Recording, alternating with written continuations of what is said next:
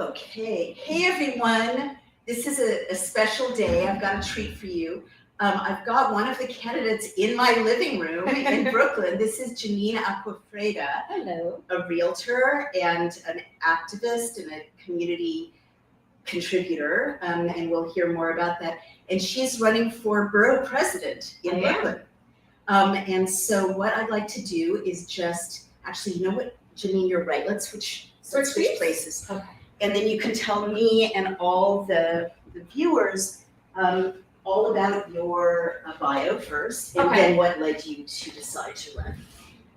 So who are you? So I am Janine Aquafredda. Should I speak here? I am not a politician. What do you mean by that? I just entered the political arena in February. And I'm just a regular person. I have been doing real estate for almost 20 years. I also run vacation rentals in the New York tri-state area. So I consider myself a small businesswoman.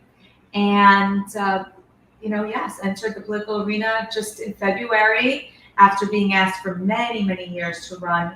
I did not want to even consider that. I don't consider myself a political person, and it didn't seem like a good fit for my personality. To run for office? Correct. I just want to make sure, hey audience, this is a new production setup because usually we do this remotely. So would you just let me know that you can hear us just fine and see us? Oh yes, we've got people joining us.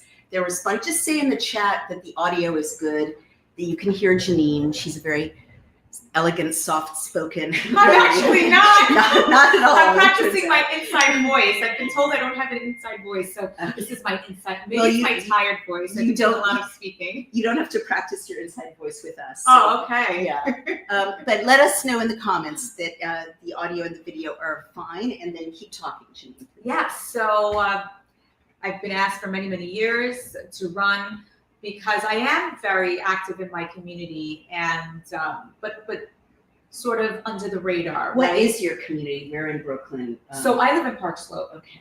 I spent most of my life, my adult life, in Windsor Terrace, which is nice. Yeah, it's a very quiet place.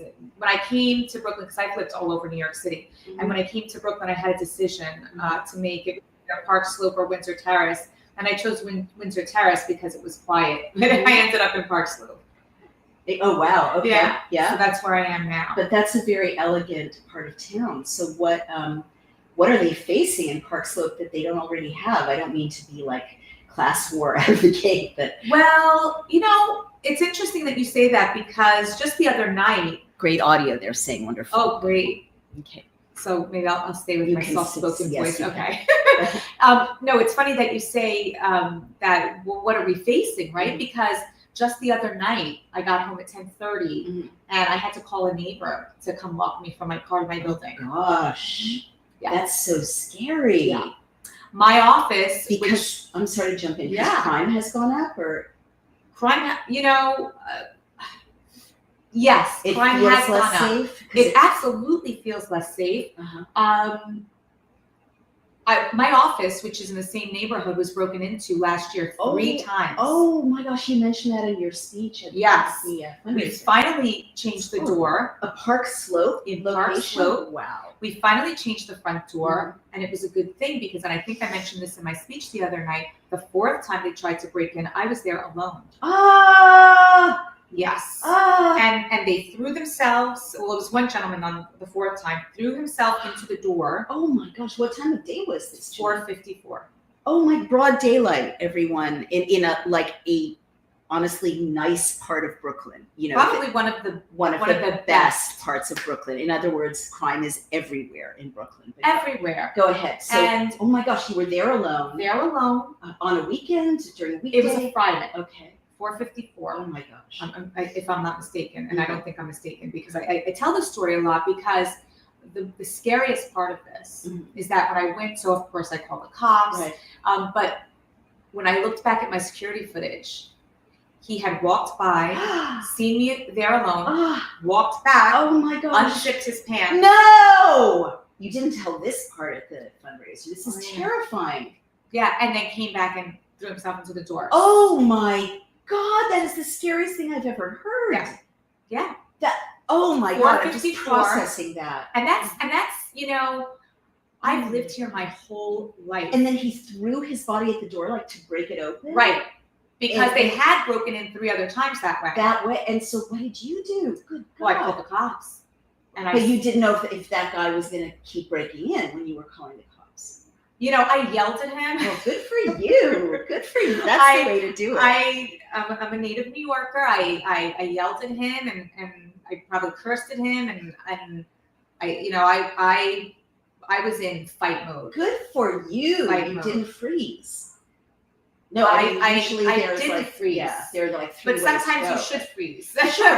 But you know? you clearly did the right thing. I'm just proud. I'm just glad to hear it. I'm a survivor of sexual assault myself. Oh gosh. Good, you scared away what clearly, like you said in your speech, what could have been a break-in would have been a rape. And I didn't know what your evidence was. Yeah. And you've just given me your evidence. Yeah. And that, like, really, as a survivor, that is terrifying. And honestly, I don't know what's worse, the rape or living with it afterwards, Sure. and I feel like we don't think about that, the post-traumatic stress of it all. Oh my gosh. And this is why I'm so upset that we let criminals, violent criminals, just walk amongst us. Come a little closer Yeah. to me so that people can have a better sense of intimacy. We've got people joining us. There are now over 500 people joining. Hi, everyone. And we're going to keep going. So what did you yell? I don't think I could say that on your Oh, live okay. stream. Yeah, I mean, I mean, you can, but what the F are you doing? Right. You Good know, for like, but with my mean With face, your- because And how did you learn to do that? I grew up in New York City. Right. Okay. I was sexually assaulted on the subway when I was a teenager. Oh my gosh, I'm so sorry. And we both got taken to the precinct because of my reaction. Good for you. Yeah, so I grew up in the projects. I'm not somebody who's not going to stand up for myself. And, I like to say I'm not a fighter. I don't like fighting because fighting implies a winner and a You loser. did say that. Yeah, and I like everyone to win. I really am that kind of person. And but some things you do have to fight for, like your life. Oh, totally. I'm so sorry that happened to you. And I'm a little person, as you can see. I'm a little person, This is not a city that's safe for women at all, especially people that are not, Not huge and Yeah. not trained in martial arts. Yeah. Right. Absolutely. I'm really glad you're bringing this up because there's this tipping point in Britain right now where women and girls are starting to protest against violence against them that is just being treated with impunity by the justice system. Yeah. And whoever's doing it, the change is a cultural change, right? And we used to have more of a culture of accountability, right? Absolutely. And something I think is a woman's issue and a girl's issue because teenage girls are so often targeted by these predators, but women of all ages are targeted. Elderly ladies are targeted. But Zoran Mamdani, who is the party you're running against, he's the front runner, the Democratic front runner, who, God forbid, may be, our mayor. He wants to defund the police. And who is most vulnerable when there's impunity? And another tweet I saw of his, Janine, is let's get rid of the mass carceral system, which is like liberals speak for prisons and jail sentences. Right. It means let the criminals out to do whatever they want on the street with no judicial response. Right. So as a woman and someone who's not always so able-bodied, this is terrifying to me. And as the mother of a daughter and a stepdaughter, terrifying. So I'm so glad you're running, as someone who's speaking up for women and girls. I'm also directly running against the incumbent borough president, who is basically a mini Mamdani. Oh, really? So one of the funnier things, not funny, but like funny, like wry, irony, that Janine said to all of us when she was at a fundraiser for her campaign that I attended last Tuesday. Yeah, which was terrific, and I hope it was successful for you, is that no one knows the borough president's name or what he's done. And I live in Brooklyn part-time, and I really had to give that some thought because Did you know? to this day, did I did a thing of not Googling, so I would be a normal, with normal Brooklyn information as a citizen for this interview. I literally, and I have been a lifelong Democrat, okay? And I've had loved ones living in Brooklyn for 20 years. You know, I moved here part-time, as I mentioned, about 3 years ago. I don't know the borough president's name. I don't know the borough president's achievements or deliverables. I'm not aware of anything the borough president has done. And the more I live here, the more I am aware. I'm so sorry, that's your phone. Is that me? Yeah, you can check while I'm talking. No, I'm silent. Oh, you're silent? It's me. I'm so sorry, guys. I'm so sorry. It's a Monday morning, and I've only had 1 cup of coffee, so I'm a little slow. But living in Brooklyn, I see so clearly, part-time, I see so clearly what's wrong here. And it's been Democratic leadership, and I say this as a former lifelong Democrat, for decades, right? A couple of decades now. And right outside, I had visitors over the weekend from upstate, the wonderful Shannon Joy and her 17-year-old daughter and, older mother-in-law. And I had to walk them around a guy who is so drugged out with that drug that makes people I'm fall taking over like a my zombie. phone out so I can show you. This is this morning. As you can see the timestamp. Yes. No, sorry. No. Okay. That's yoga from That's yesterday. yoga. This is this About the morning. same. Yes. This morning Yeah. in front of my building. Oh my gosh, you have to hold it right up to that green And this dot. is every Janine, single hold that morning. right up to the green, like right up so people can really see it. There we go. Oh my God. This is in Wow. Park Slope, and every single morning. Not every single morning. Let me be as accurate as possible. This is a couple of times a week. Mm-hmm. I have to physically climb over people to get out of my building. Are you serious? I'm serious. And this is, one of the contributing factors, I think, is that they have put up so many homeless shelters in the vicinity of my apartment building. But they kick them out during the day. I don't know what happens. I can tell you that because people have told me that. So I don't know what happens, but when the community is saying we're concerned, Mm-hmm. they always placate us and say, it's not going to do anything to the neighborhood. There's going to be security. There's going to be rules, and there are going to be hours. And the truth of the matter is that is a lie. Right. That is a flat out lie. And as a realtor, I can tell you it does a lot to the community, to the values of the property, to the property values. People, what do you think when people are maybe attending an open house or checking out something that's for sale, to see people, and I'm telling you, it's drug addicts, it's mentally ill, it's homeless, it's who knows, because you don't engage, right? And when you see someone, you just climb over them and you go about your day. And this is part of the problem. The way this city has desensitized us to things that are not normal. Okay. That's right. But the second you want to speak up and say, hey, I'm concerned, they call you all sorts of names to keep you from voicing your opinion. So if you were to say in like a New York Times op-ed, I live in Park Slope and I have to climb over people's bodies to get to work in the morning, would you be called a racist or a Nazi? An elitist, a racist, a fascist, whatever name they can throw at me. And it already has. And you grew up in the projects. I grew up in the projects, and I'm also Hispanic. Oh, interesting. It's not like, people want to judge, right? And also my last name is Italian, so they want to say, oh, you're an elitist, white, rich girl. It's like, hey, first of all, I'm from the projects, Puerto Rican, self-made, still struggling, by the way. I live in New York City. Unless you're making $1 million a year, you struggle here, right? Yeah. I mean, it's obviously there are different levels of struggle before people attack me here, but you're not a Mamdani with millions of dollars in a foreign absolutely country. not. I think about every dollar I spend every day. Right. I mean, it's I have budgets for things like parking tickets. So let's stay on the homeless people in your area. What do you speaking as a politician, which you are now, even though you say you're not a politician, you're a citizen who is seeking to be a political leader, which is, there's nothing shameful about that if you do it right. What would you say would you say it's compassionate to move a bunch of homeless and drug addicted people into a quiet residential neighborhood and just let them out during the day with no protection for the community? I think about this a lot. Mm-hmm. Because I am a very compassionate person, and I'm beyond that, I'm an empath. Right. It really hurts. It hurts me to the soul to see people in situations like that. Right. And I think, what is the best way to fix the situation? Right. And I don't believe it's continuing to just build homeless shelters and shoving people in there. Right. Because first of all, there's big money in homelessness. Talk about that. Well, they built a homeless shelter with taxpayer dollars. Right. In Park Slope.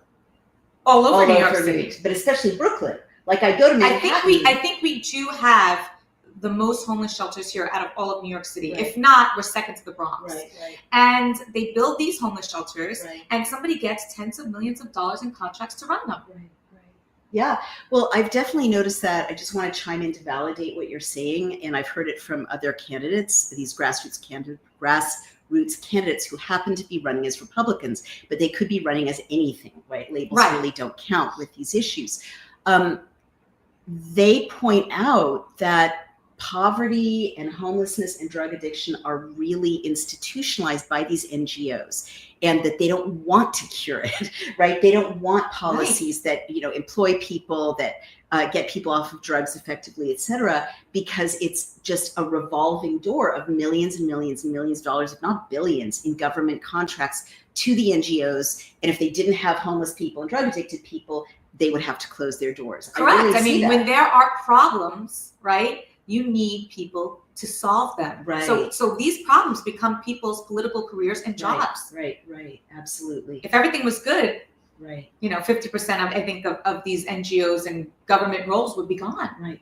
I still don't get, I mean, we could talk about this for hours, but they're planning to open a gigantic facility at the end of my street for drug addicted people and people with mental illness. And I also think it's weird that they're lumping them together because they're two different treatment necessities. That Absolutely makes it feel very warehousey to me. And then there's going to be like 200 plus new homeless people or drug addicted people on these streets where there are kids and elderly and so on. We can imagine what it'll do to property values, but that does sound kind of icy to say that. But it's also just, what does it do to community, right? It makes kids not feel safe playing in a playground in the park. It makes moms not feel safe. Well, you don't see people on their stoop anymore. No, you don't. That's right. You rarely see people in parks anymore. Right. What it's doing is really, creating prisoners. Right. We're prisoners in our own homes. That's right. Hardworking people who have done everything right their whole lives can't even enjoy the very expensive city that they bust their butt to stay in. I mean, most of us cannot afford to be here. No. And so now we are imprisoned in our own homes. Right. And it's detrimental to our physical health, our mental health, and the health of the community and the neighborhoods as a whole. It really is. I've seen that just in the 3 years I've been here. And what about small businesses? Oh my God. We'll talk about that. I mean, they're shutting left and right because people are walking in, and I've seen this with my own eyes many times, walking in and grabbing things. Really? Is that happening in New York, not just California, Brooklyn? Educate me. I don't know. I don't see what you see. Oh my goodness. They walk in, they take what they want, they walk out.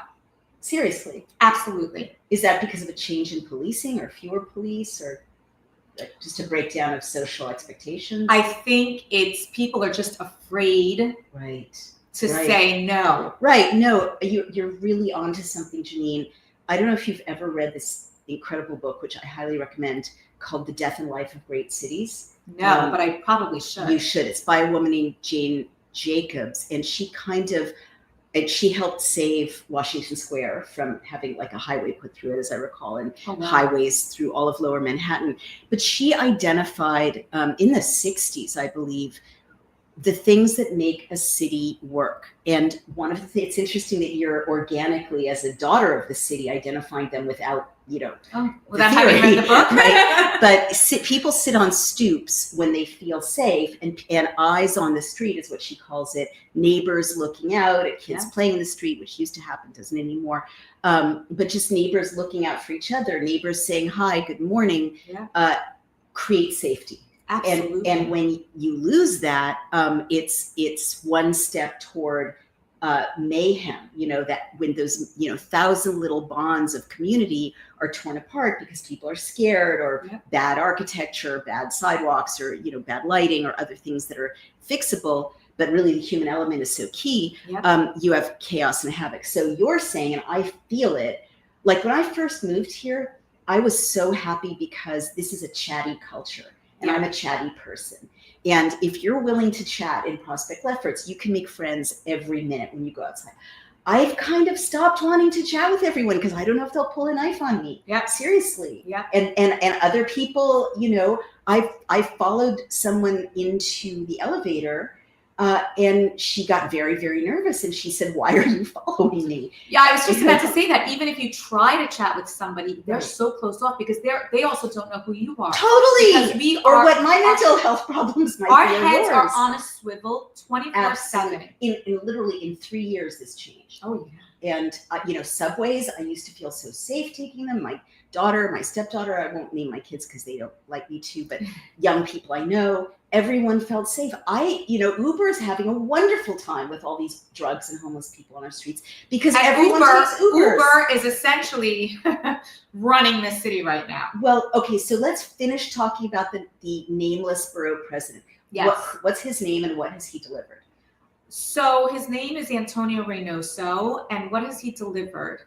And he's a Democrat, right? He's a progressive. Okay, what does that mean? I think it's supposed to mean that making things better. Okay. But is he a registered Democrat? Is the Democrat machine supporting him? I believe he is supported by the Working Families Party. Oh, pure socialists! Oh my God! And I'm not sure if also the DSA, the Democratic Socialists of America, but for sure he's running on the Working Families line. Are you telling me we have a socialist borough president? We have a Meeting Mamdani. Working Families is actually genuinely Marxist. They are truly Marxist. I used to think they were just right on Democrats, but they're not. Their policy is attack the family. It's attacking working families. Collectivize everything. Real Marxists. Well, that explains a lot about how the city is run.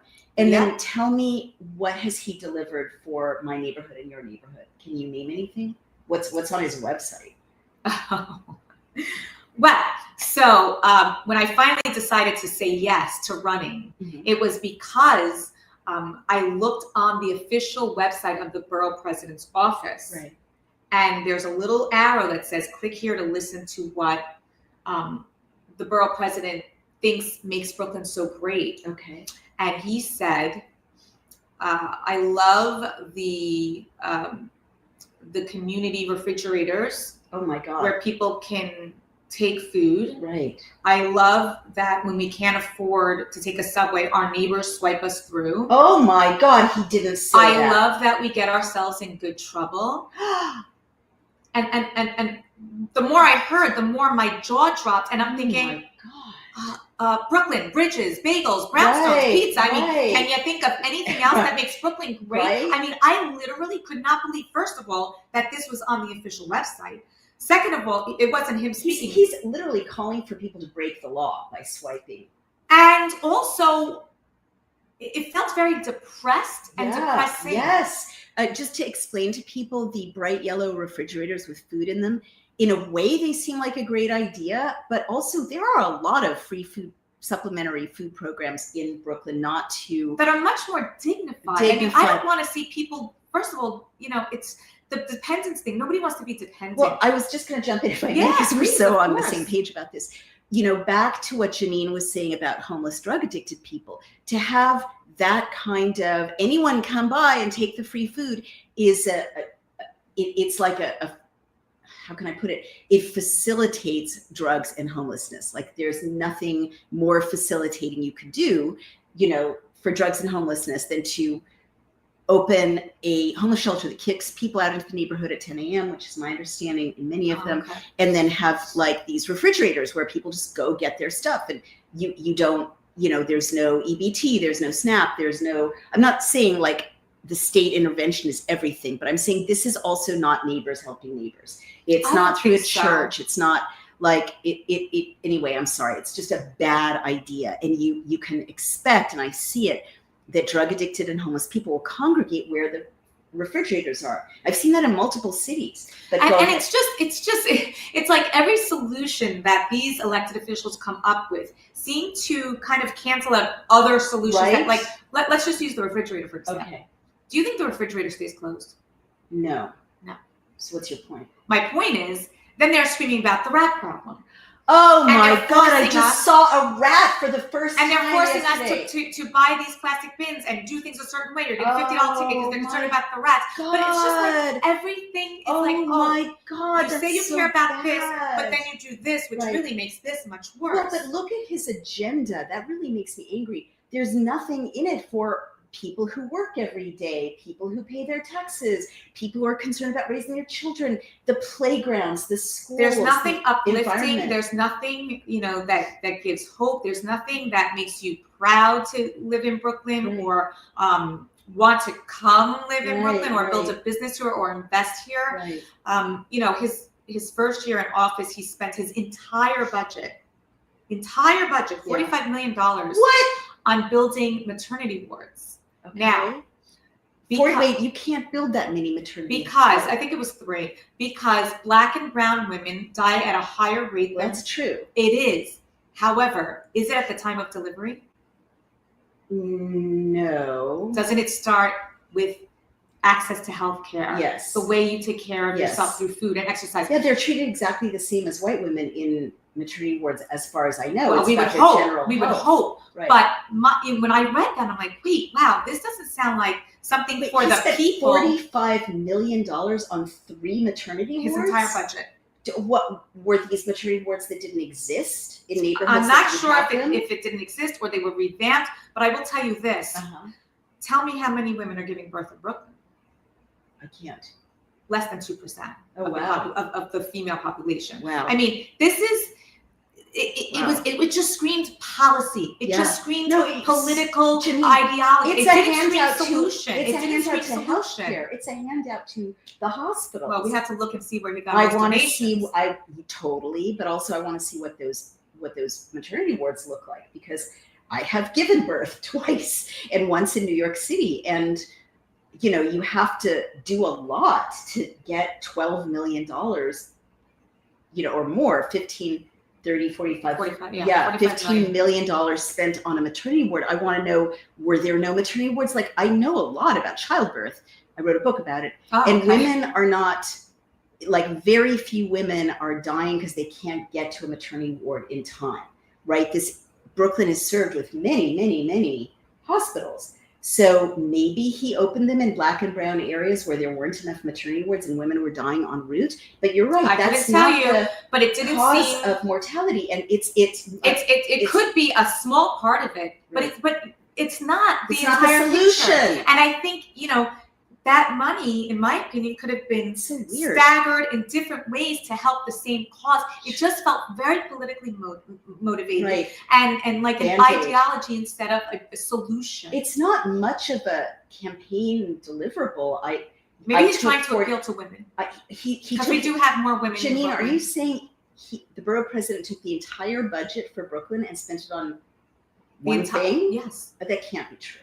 I'm sorry to say that can't be true, but I can't imagine. 45 million. And it's something that he's very proud of, and he says it every time he does a speech. But there's so many other things that need funding in Brooklyn. All right, well, we'll follow up on that. Yes, you can fact check me, but I'm pretty sure I might have all of that. Yeah. All right, and I definitely want to call his office and ask them, to show me the maternity wards that $45 million got spent. That is really important, and that's something that I think should be. Right? If we have a budget, we have 2 budgets as borough president. We have a capital budget and a discretionary. And that should be front page on the website. Right. Like, this is how much we've gotten. Right. This is where it's going. Where is it? So that we could very clearly see what you're doing with your role. Because especially if we don't know who you are. Totally. It's right? It's not on his website. The budget is not on his website. The budget may be buried there somewhere. Right. He's got this whole 900-page thing that who's reading that? Right. But really, Right. we're getting, let's say we're getting 45 million capital, 5 discretionary. Right. This is where it's going. This is what the plan is. This is what's been spent and where.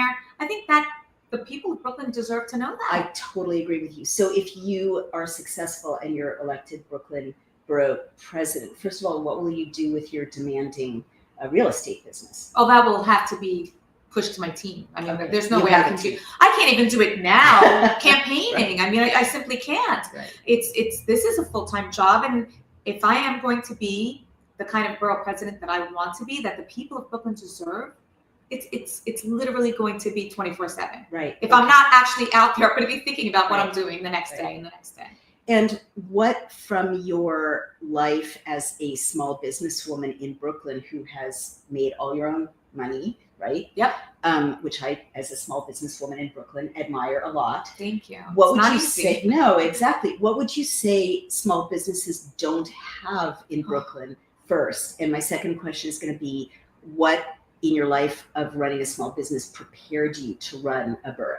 So take the first one first. Okay, first what do one. we lack? We lack support. Okay. There is simply no support for small business owners. Say that and say more about that. So we have like a small business administration, a website, maybe an office or two for people who want to start a small business. Right.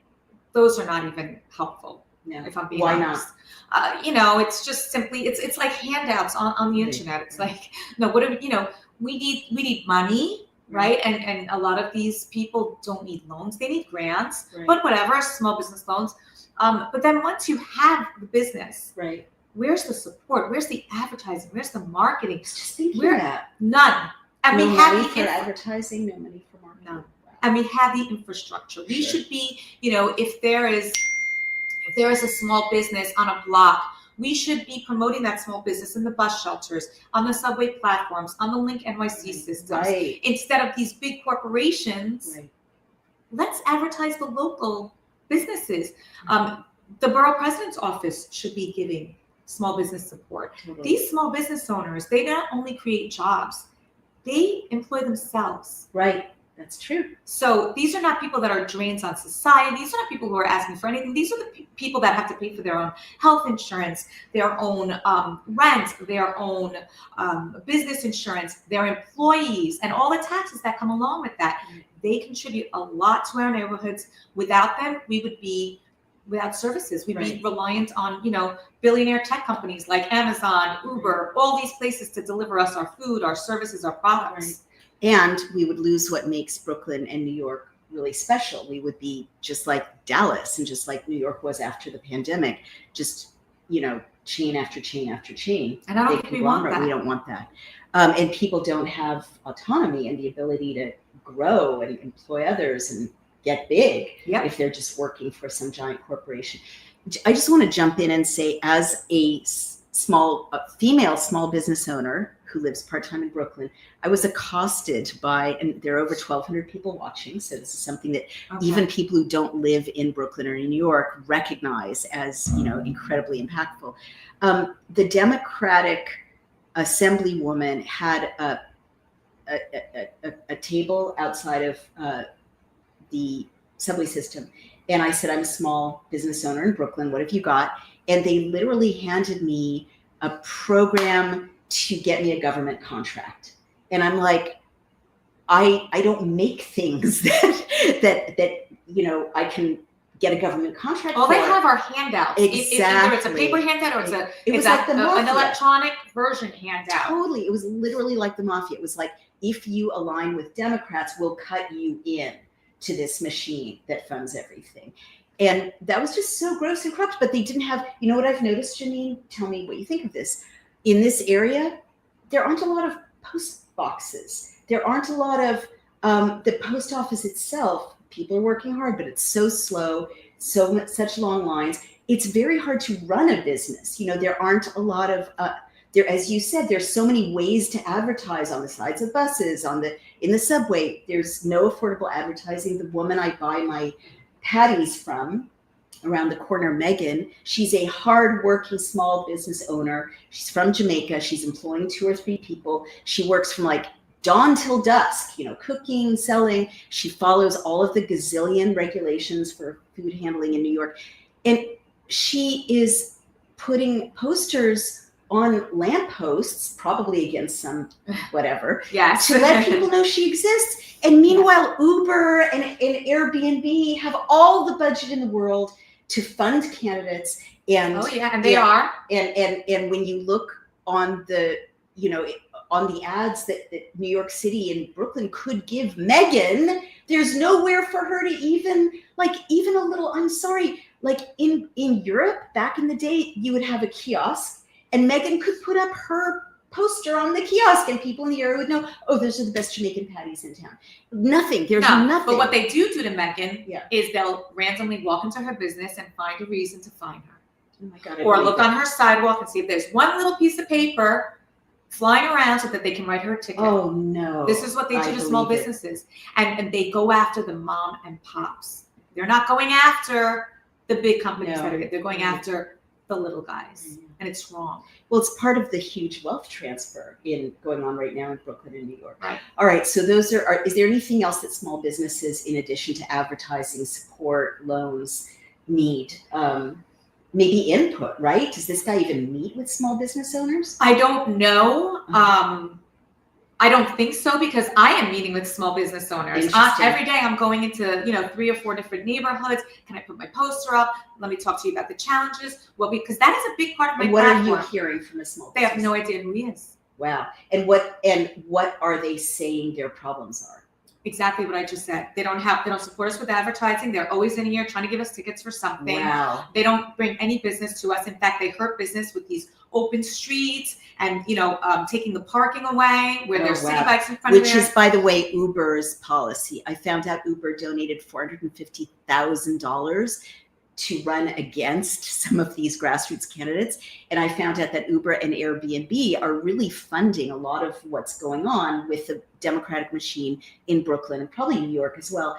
And Uber especially is redesigning the streets, getting rid of parking, putting e-bikes everywhere to make it hard for small businesses and small commuters. But go ahead. So it's really funny that you just said that. When we were dealing with the pandemic and shortly afterwards, when everything started being put behind plastic thing, you couldn't get anything in a drugstore without pressing a button and waiting 10 minutes. I said, who I think is behind this bill reform? I think it's Jeff Bezos. Right, for sure. Because I can't get anything in a drugstore anymore. I have got to use Amazon. I have a chapter about this in my book, The Bodies of Others. I'll give you a copy. It's every one of the tech companies, including Uber, Amazon, Airbnb, well, not Airbnb, Microsoft. Lyft, did we say Lyft? They're all up. They were all up 23% by locking people in their homes. Yep. And then killing off mom and pop shops. And who are the people putting these laws in place? Right. The same people who want to tax the billionaires. Exactly. So it doesn't make any sense to me. You guys are making all these policies, all these laws, all these regulations to prevent us from, walking into a small business and buying something, from working, from being able to park. And can we just talk about the parking situation? Let's talk about the parking. You have 1,300 people listening. Okay. And be sure to include them in your comments. Yes. So, this is a big thing for me because as somebody who relies on a car to get around, my real estate business is just not in Brooklyn. It was in Queens, the Bronx, Manhattan, and Brooklyn. I've got a lot of equipment that I carry with me, signs. For me, it's not an option to have a car. It's a necessity to work. And for so many people, a car is a necessity. Totally. And this is one of the things that really bothered me when I was thinking, do I want to run for office? Am I really going to do this? What's really bothering me? It was waking up every morning and seeing more parking spots being taken away. I mean, I would just wake up and say— What do you mean by taken away? What does the city do? Well, they start by putting these little white lines and saying no standing and then these plastic things. And then it's one. We've got some outside. I didn't know the city did that. Yeah, it's parked outside my building. It's called daylighting. Okay, what the heck? And it's supposed to make you more visible as a pedestrian so that cars don't hit you in the crosswalk. All right. Okay. I'm all for safety, but I also see how people cross the street, crossing the street like this. Well, also, didn't we get rid of jaywalking as one of those progressive laws? This is what I'm saying. You don't want people getting hit by a car, but then you make jaywalking legal. You have to make up your mind. Do you want us to be safe or not? Right. Or are you taking away our cars so that Uber and Lyft can pick up more people and get around faster? Because let me tell you what's happening. Stay on topic. Please, I'm sorry. This is the parking thing. Get to the parking. Is all tied to our transportation infrastructure, which is being dictated by lobbyists. Oh my gosh. That are supported primarily by Uber, Amazon, and Lyft, who own city bikes. Wait, and also DoorDash, right? That's what you have your bike lanes for. But they don't go in the bike lane. They go on the sidewalk. And I keep thinking someone's enabling this. All of these bike lanes, this daylighting, this parking, Uber, Lyft, Transportation alternatives. Have you heard of them? Yes. I mean, all of the politicians are always at their rallies. Right. Transportation alternatives. It's Who wants us better. all to take the subway and ride bikes in under the guise of sustainability. Sustainability and a better better air quality, etc. The environment. Their biggest donors are Uber, Lyft, and Amazon. Those scumbags. I knew there was something behind it. And since City Bike has come to Brooklyn, which I believe it's been 11 years, do you know that cars for hire have tripled? Oh my God. So if it's really about cars. Because there's nowhere to park, because City Bikes take up the parking places. Is that what you're saying? They force us to get rid of our cars, so we rely on Uber and Lyft. And so it's all kind of interconnected. And they greenwash it by not saying we're going to take away your ability to drive your own car and hand all the money over to Uber and Lyft, which gives their workers, 60 or 50% of the gross take. But we're also, instead they say we're going to make your air cleaner. This is for a more pedestrian friendly city. And it's the opposite. Like since, again, I sometimes have trouble walking, and it's really changed my view of getting around the city. Because in the last 3 years, one of the things that's changed is that people not from this neighborhood, I will note, so I think I've seen that the delivery services are pushing illegal immigration, right? So they can hire people at surf wages that Americans, rightly don't want to work at. But people from somewhere else apparently are zooming along on the sidewalks on electric bikes and terrifying the elderly, the disabled, moms and dads with small children, dogs. And again, it makes you not want to walk on the street. It's absolutely terrifying. And the reason it's absolutely terrifying to drive too. Right, I cannot stand drive. It's like an obstacle course because of the delivery people. You've got, the bikes don't use the bike lanes all the time. And then you have these bike lanes and then parked cars. And so when you're trying to make a right turn, you're looking and you're actually stopping all the traffic. It's actually created more congestion, more traffic, more pollution. More pollution, and I think more accidents. I'm sure you're right. But just to wrap this up, the back to Jane Jacobs, having people zooming through pedestrians. Like, remember, if you go back to images of Brooklyn or Manhattan 30 years ago, the streets were thronged with pedestrians. It was a very delicate, beautiful dance for millions of people to be kind of safely walking through each other's path to get to work or to get to the subway, get home, so on. Now, someone has given these delivery drivers impunity. Because I will say to them, at the risk of whatever, I'll say to them, hey, what are you doing? It's hard for me to walk. Don't ride on the sidewalk. And there's this sense of like, they're not rude, but there's this sense of like, it's the regulation. And this is illegal on paper unless they've changed the law. So clearly the cops have been told, don't ticket the delivery people who are, taking up the sidewalks that our taxes pay for that are supposed to be for pedestrians. And so it's like a giveaway to the delivery companies and to DoorDash.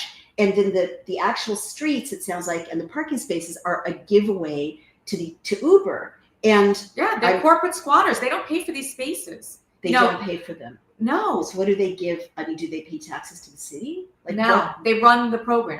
Wow, right. It's an app that isn't even based in the city. They run the program, they maintain the bikes. And by the way, it's not just City Bikes. Mm-hmm. Now you have these car rideshare companies. I don't know if you've ever heard of Zipcar. Yeah. So Zipcar is a rideshare, is a, you rent the car instead of owning a car. So, supposedly it takes, less people need to own a car. Kind of a good idea. But they have their own parking spots. Are you serious? Yes. How is that possible? So half of a block will say only for Zipcars. No. And they do not pay rent for those spots. Oh my God. We are privatizing our public streets. Yes, that's true.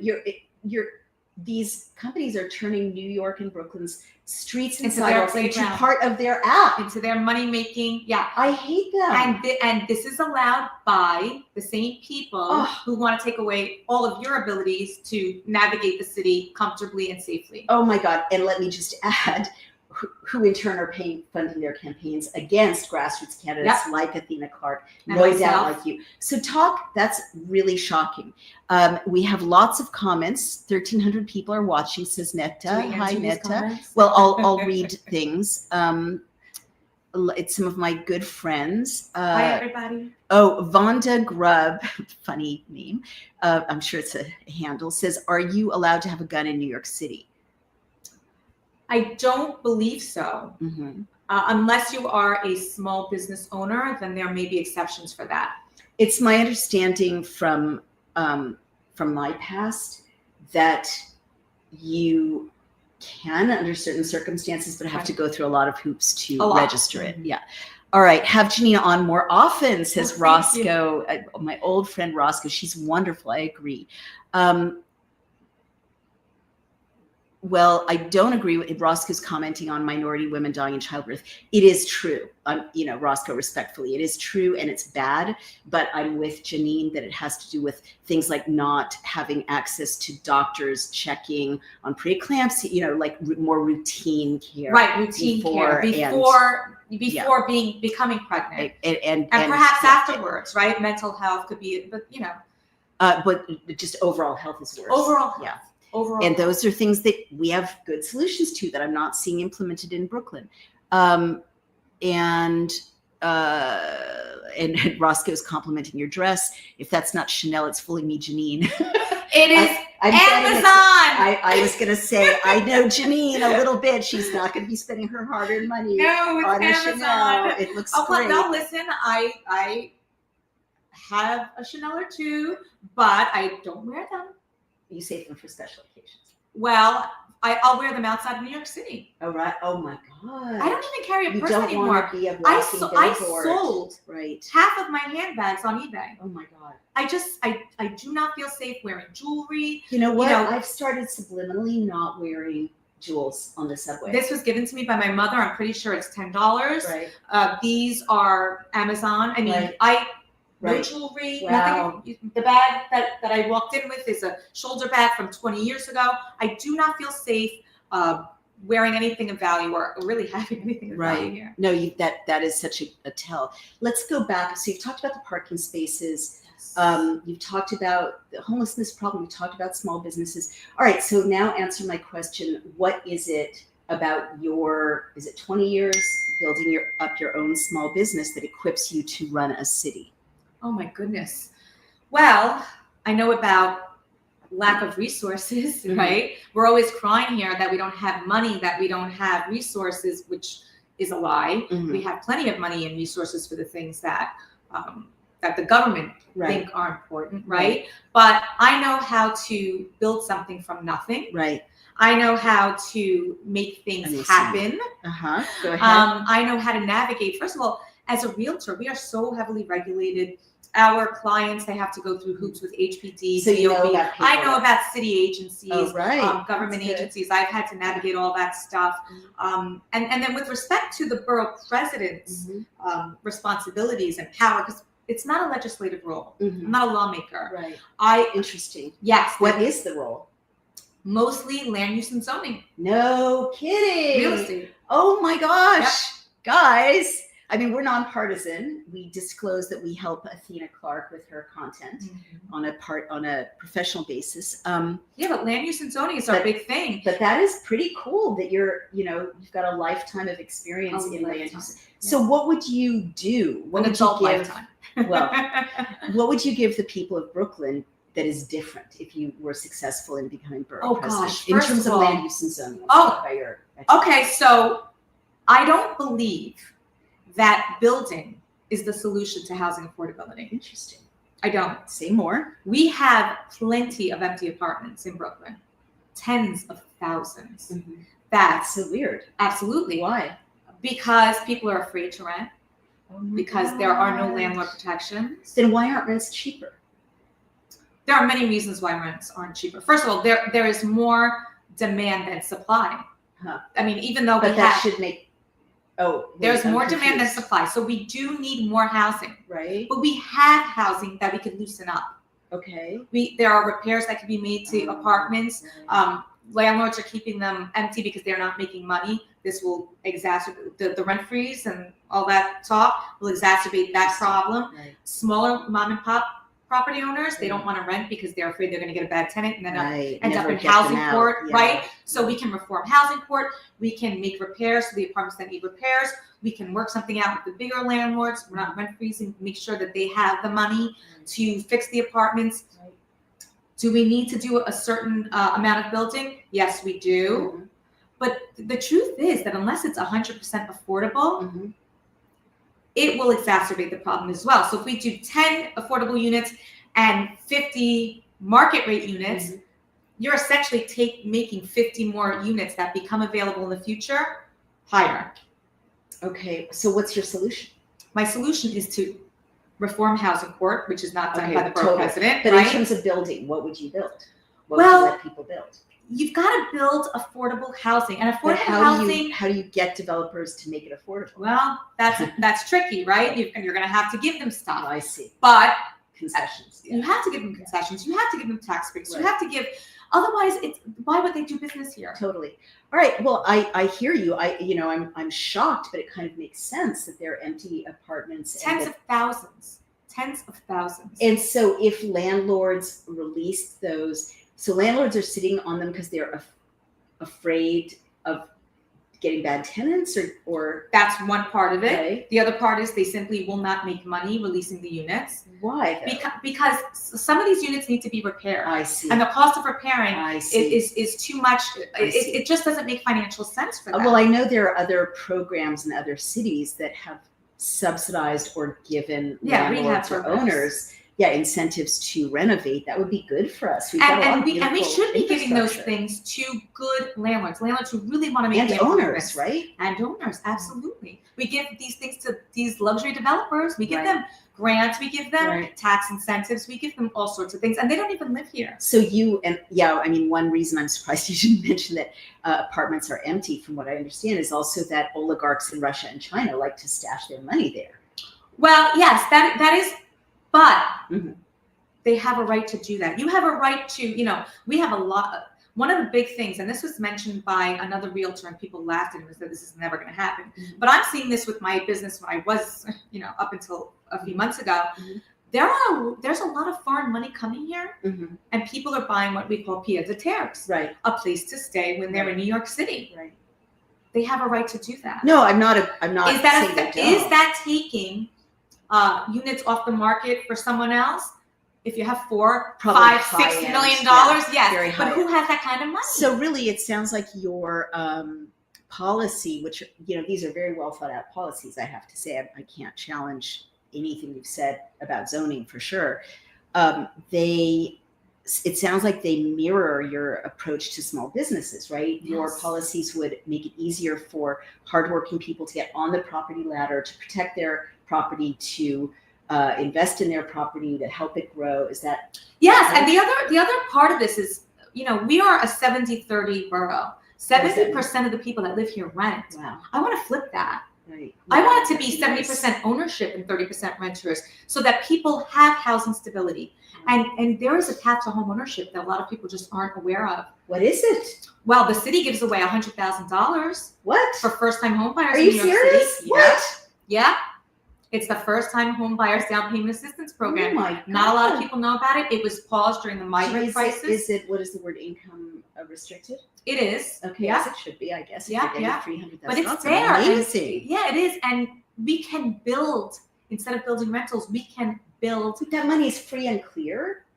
There are rules around it. You have to live there for a certain amount of time. You have to have your. But it's not a loan. It's a grant. It is a grant. $100,000. All right. I hope you all heard that. Up to 100,000. I hope you all heard that. Is it certain neighborhoods or all of New York? No, but there are other programs for certain neighborhoods. So Really? there are certain banks that have programs. If you invest in a neighborhood that is considered low income, Yeah. you can get, I think, an additional 20,000 What? on top of that 100. Wow. Yeah. So much to fix, and you've Mhm. got a lot to. I have a lot of ideas. All right.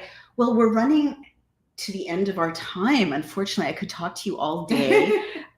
But you've been very generous with your time. You mentioned before the camera started rolling opposition that you're running into. I could see how you would be Uber's worst nightmare. Oh, yeah. And the DNC's worst nightmare. So what kind of opposition? All the grassroots candidates, by the way, are running into headwinds. I mean, organized opposition. Yeah, I mean, so I've been, I guess, luckier than a lot of the candidates in the sense that nobody took me to court to get me off the ballots. Nobody, opposed my signatures. I mean, we worked really hard and very carefully to make sure all of our T's were crossed and all of our I's were dotted. But, I get no media attention. If they do mention me, it's a one-liner, no picture. While my opponents in the primary had pictures, they had paragraphs. God, now that's unfair. It's only appropriate. Forget about fairness. It's appropriate that everybody should know who their candidates are. Now that we're in the general and it's just me and the incumbent, no press. Wow. No, nothing. So local press, Nothing. New York Post doesn't cover you. Nothing. Brooklyn papers don't cover Nothing. you. Unbelievable. What reason do they give your campaign people for not covering you? Or they just ignore you? They just ignore me. That's the way. I mean, for those of us who challenge the huge infrastructures, they just ignore you. And you're such a newsworthy candidate. Thanks. I mean, seriously, a Brooklyn or a New York City girl, Brooklyn or New York, the project. New York City. Right. Yeah, New York City. A New York City girl, if it were if you're running as a Democrat, it would be Hispanic American, right? Well, and I'll just add that I would be the first Puerto Rican borough president. I would also be the first female borough president. That's so big. Which is wild because these same people that are suppressing me and ignoring me and avoiding me are the same people that want women's rights, Allegedly. Black and brown rights and equality and equity and all this. And it's like, except when it comes to that Republican conservative that one candidate. right there. So last question. This is so fascinating. What made you register as a Republican? Yeah, so I felt like I was being lied to by the Democratic Party. Interesting. There was a lot of hypocrisy, specifically Mayor de Blasio when he was speaking about housing affordability. I keep getting back to the real estate because it's a big part of what I do, who I am. Well, it's a big part of the my machine business, in the city. especially in New York City. And I'll never forget, he was crying about, maybe not crying, but whining about housing affordability and how the landlords are pricing apartments too high, and he was renting his house for like $8,000 a month. And I was like, hey, what's good for the goose is good for the moose, like what is going on here? You have to live what you're speaking, and he wasn't. And I said, this is strange. And then there was just a lot of division happening in Brooklyn, and I didn't like it. I was like, wait, we used to be like, very much so, and very proud to be here and just one big family. And I just felt like it wasn't a good fit anymore. I felt a lot of hypocrisy. Interesting. Yeah. I want to bring up one last thing, I promise. And to my producer who's waiting for me to get on a call, I'm just going to say, give me 2 more minutes. You said something so moving in your speech at your fundraiser. You said that your opponents or the machine politicians keep talking about conflicts thousands of miles away, and you feel like someone needs to care about Brooklyn. And that you said very movingly, people in Brooklyn are starving, people in Brooklyn are hungry, people in Brooklyn are getting murdered. So would you say that you're... at the risk of comparing apples to oranges, because obviously, what's happening in the Middle East is horrendous. What's happening, between Russia and Ukraine, horrendous. But there are people whose job it is to take care of that. That doesn't mean we cannot have compassion and empathy. By the way, that doesn't mean that on our own time, we can't do something about that. But when you're an elected official in New York City, in borough, let's be specific about Brooklyn, why are we using our time in office to fight those fights? Right. When we have taxpayer-funded time. Taxpayer-funded time, and you were elected by us. Why are we worrying about things, number one, that are 3,000 miles away. Number 2, that are out of our control. And you said that there's crises in Brooklyn as well.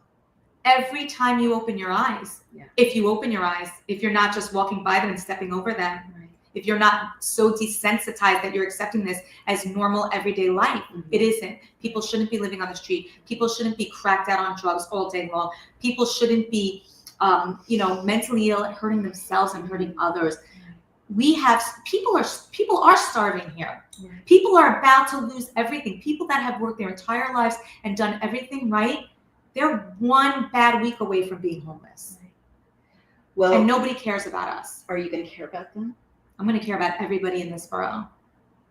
And on that note, we have to end. How do people support you? That was a wonderful introduction of yourself. Thank you. I appreciate the time. Thank you all for watching. I need as much support as I can get. If you'd like to volunteer or donate, you can go to www.janineforbrooklyn.com and follow me on social media, Instagram and Facebook. And do you need specific Brooklynites to donate in order to get anybody from New York City? I mean, anybody can donate. Right. For matching funds, you must live in New York City, but anybody can donate, even if you're in another country, another state.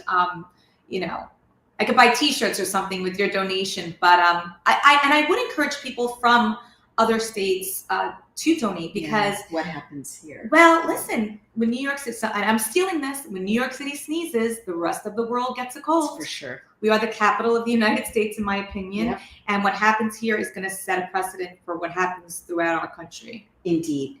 All right, everyone, you heard it here. I'm proud to have given Janine Aquafredda a platform. Go check out her website. You can support her or not support her, but if these are values that you like, it's so important, because she's getting a blackout from major media, all the legacy media. If you like what she's doing, let people know. If you don't like what she's doing, let people know. But if you have friends in New York especially, and you like what she's doing, let them know. Send the donations link. You know, if you're in independent media, reach out to her, reach out through her website, right? Yeah. And I'm sure we'll hear much more from you, Janine Aquafredda, running for Brooklyn Borough President. Okay, take care, everybody. Bye. Thanks.